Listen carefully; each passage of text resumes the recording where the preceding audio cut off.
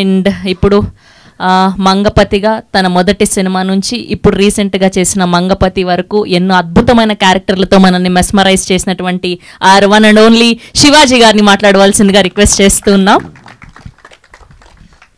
ఇది మీలో ఎవరైనా ఫోన్ పోగొట్టుకున్నారా? రోషన్ దగ్గర ఉంది ఐఫోన్. ఒక సినిమా ఆడితే పారేసుకుంటావరా నువ్వు?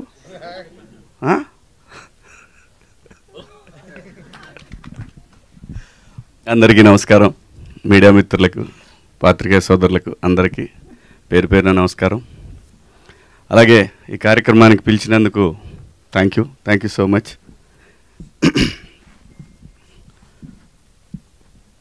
చదువు అంటే చాలా ఇష్టం అండి నాకు, కానీ చదువుకోవాలనుకున్నప్పుడు గాలికి తిరిగాను ఎక్కువ.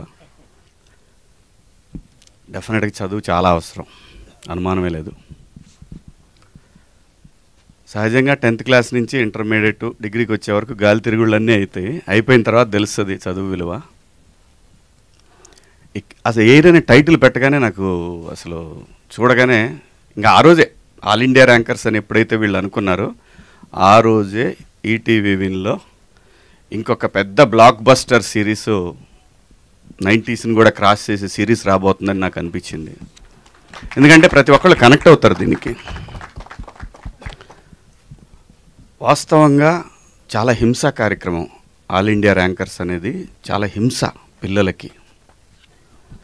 హింస అంటే జనరల్గా సహజంగా ఆది మానవుడి నుంచి ఎవల్యూషన్ అయిపోయి వాడు రకరకాల ఫీల్డ్స్లోకి వెళ్ళిపోయి ప్రపంచాన్ని ఒక స్థాయి నుంచి ఎక్కడికో అవసరమైతే ఈ భూమి అంతా వెళ్ళిపోతే ఆకాశంలో ఎక్కడ ఉండే పరిస్థితి క్రియేట్ చేసిన మనిషిని ఏం చేస్తున్నారంటే ఇదంతా కూడా మెదడు చేసే పని కదా. ఆ మెదడుని ఒకే చోట ఆ 4 గోడల మధ్య ఎట్టి పరిస్థితుల్లో వీడు ఆల్ ఇండియా ర్యాంక్ కొట్టాలి అనేటువంటి కాన్సెప్ట్ ఏదైతే ఉందో అది అత్యంత దారుణమైనటువంటి ఈ భూమి మీద ఒక హేయమైన చర్య అది నా దృష్టిలో. న్యాచురల్గా చదవాలి వాడు, న్యాచురల్గా వాడికి రావాలి, అప్పుడు వాడి బ్రెయిన్ బాగా పనిచేస్తుంది. నాకు తెలిసిన వాళ్ళు చాలామంది పిల్లలు ఇంటర్మీడియట్ అయిపోయిన తర్వాత అంటే అప్పటిదాకా వాళ్ళందరిని బంధించేసరికి వాళ్ళు పిచ్చోళ్ళు అయిపోయిన వాళ్ళు చాలామందిని చూసారు. పిచ్చోళ్ళు అంటే ఇంకేం తెలియదు వాళ్ళకి ఏం చేయాలో, ఎవరితో మాట్లాడాలి. సో ఈ సిరీసు అలాంటి తల్లిదండ్రులకు గుణపాఠం కావాలని మనస్ఫూర్తిగా కోరుకుంటున్నాను నేను. పిల్లలు చదివేసి వెంటనే వాడు పెద్ద ఐఐటీలు ఇంజనీర్లు అయిపోయి వాడు దేశం దాటి వెళ్ళిపోయి అక్కడ అమెరికాలో వాళ్ళందరినీ కింద తొక్కేసి వీడు మాత్రం పైకి లేసి అర్జెంటుగా సెటిల్ అయిపోవాలి, ఇది కార్యక్రమం. ఇది కాదు మనిషి అసలు. అలాంటి సిరీస్ చూసిన తర్వాత ఖచ్చితంగా ప్రతి తల్లిదండ్రులు మార్పు రావాలనే కోరుకోండి. ఎందుకంటే ఈటీవీ అంటేనే అకౌంటబిలిటీస్ టువర్డ్స్ సొసైటీ. రామోజీరావు గారు నిజంగా తెలుగు జాతిలో పుట్టినటువంటి ఒక ఆణిముత్యం. ఆయన సొసైటీ ఎలా ఉండాలి అని కలలు కన్నాడో వాళ్ళ సంస్థల నుంచి వచ్చేటటువంటి ప్రతి ఒక్కటి కూడా మనం ఎంత గొప్ప కథలు తీసుకెళ్ళినా, ఎంత ఎంటర్టైన్మెంట్ కథలు తీసుకెళ్ళినా వాళ్ళు end of the day message అనేది ఒకటి మాత్రం ఖచ్చితంగా కోరుకుంటారు వాళ్ళు. అది లేకుండా వాళ్ళ కంటెంట్ ఉండదు, ఉండాలి. అలాగే నాకు ఈ మధ్య తెలుగు అనేది వదిలేస్తున్నాం. నేను స్క్రిప్ట్లో కూడా ఇంగ్లీష్ అని రాస్తున్నారు. నాకు బుర్ర పాడైపోతుంది. తెలుగు మాతృభాషలో ఉండేటటువంటి కిక్కు. మీరు జంధ్యాల గారి సినిమాలో కామెడీ ఇప్పుడు ఏమన్నా చేయమని చూద్దాం. తెలుగు గ్రిప్పు కావాలి. తెలుగుని మర్చిపోతున్నారు. ప్లీజ్ దయచేసి ఖచ్చితంగా ఇంగ్లీష్ కావాలి, కానీ స్క్రిప్ట్లు తెలుగులో మ్యాక్సిమం రాసుకోండి. తెలుగులో ఉన్న మన అంటే అమ్మ భాషలో ఉన్నటువంటి ఫన్ కానీ ఎమోషన్ కానీ ఇంకా ఏ భాషలో దొరకదండి, ఎట్టి పరిస్థితిలో దొరకదు. ఇంకా నిజంగా చెప్పాలి, మీరు అనుకున్నది ఇంకా ఎక్కువ ఎలివేట్ అవుద్ది ఆ స్క్రిప్ట్. అలా ముందు డైరెక్టర్లు అందరూ కూడా ప్లీజ్ ఇంగ్లీష్ అనే పదాన్ని ఆపేయండి. ఎందుకంటే ఇప్పుడు నాకు తెలిసి గత 3-4 సంవత్సరాలుగా తెలుగు ఆర్టిస్టులు ఎక్కువ మంది ఉన్నారు. ఇంత ముందులాగా బయట నుంచి తీసుకురావట్లేదు. లక్కీగా మొన్న థ్యాంక్స్ నాని గారు ఎక్కడ ఇంకో బయట నుంచి వచ్చే వెళ్ళను తెచ్చుకోకుండా నేను చేయగలిగిన నమ్మకం పెట్టుకొని చేశారు. తెలుగులో మాట్లాడితే తెలుగు నటుడికి ఆ కిక్కు వేరే. అసలు ఆ భాషను చూస్తే ఆ కిక్కు వేరే. అంటే నేను ఇప్పుడు కొన్ని సినిమాలు చేస్తున్నా కదా, చూస్తున్నా ఇంగ్లీష్ అని రాస్తున్నా. ఇంగ్లీష్ ఏంటారా మీ ముఖం? తెలుగు చక్కగా డైలాగు రాయండి ప్లీజ్. డైరెక్టర్లకు నేను మనస్ఫూర్తిగా కోరుకున్నా. ఓకే, న్యూ ఏజ్ మేకింగు, కొత్తగా ఆలోచన ఏమీ ఉండదు. End of the day emotion. Cinema is all about emotion. ఇంతకు మించి ఏమీ ఉండదు. మీరు ఎన్ని చెప్పినా సరే end of the day emotion, all about emotion cinema అంటే.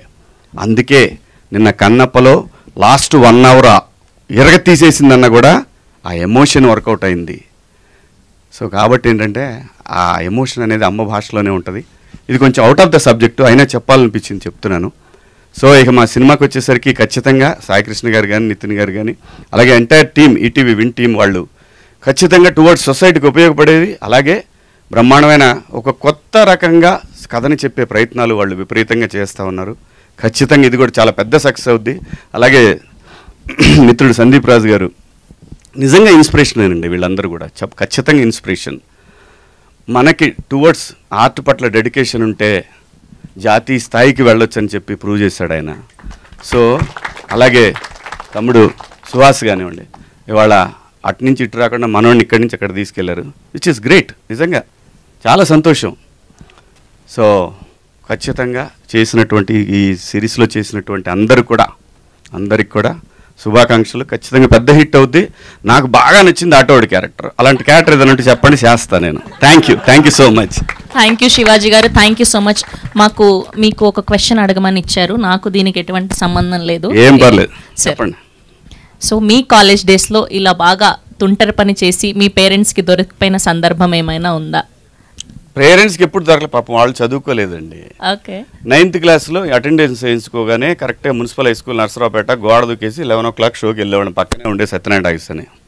అది ఇంటర్మీడియట్కి వచ్చేసరికి ఒకసారి తప్పానండి. ఇంటర్మీడియట్ తప్పాను నేను. ఇంటర్మీడియట్కి వచ్చేసరికి డైలీ నర్సరావుపేట నుంచి రిలీజులు ఉండేవి కాదు. నర్సరావుపేటలో 7 థియేటర్లే ఉండేవి. సో గుంటూరులో అయితే మాకు 16 థియేటర్లు దాకా ఉండేవి. Morning first show, second show 2 చూసి దొంగల బండికి దొనకొండ బండి ఉండేది. ఆ బండికి నర్సరావుపేట వచ్చేవాళ్ళం. ఇంతకు మించి ఏమి లేదు, చదివింది లేదు, చచ్చింది లేదు, అన్ని అబద్ధాలు. ఆ తర్వాత నేను అప్పుడు కూడా కొంచెం ఎమోషనల్గానే మాట్లాడేవాడిని. అలా మా కాలేజ్ ఫంక్షన్లో కొంచెం ఎమోషనల్గా మాట్లాడాను. Degree college.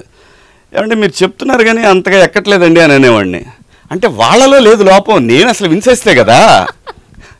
సో అలాసరికి సర్లే సెకండ్ ఇయర్ చూద్దాం, థర్డ్ ఇయర్ చూద్దాం అనుకున్నారు. అమ్మతోడు 2 సంవత్సరాలు చదివానండి నేను. వీళ్ళు నన్ను గట్టిగా పడతారనేసి. సో చదివింది తక్కువ, కానీ చదివితే చాలా బాగా చదివేవాడిని. సో చదవకుండానే ఇంత జ్ఞానాన్ని తెచ్చుకోగలిగారు.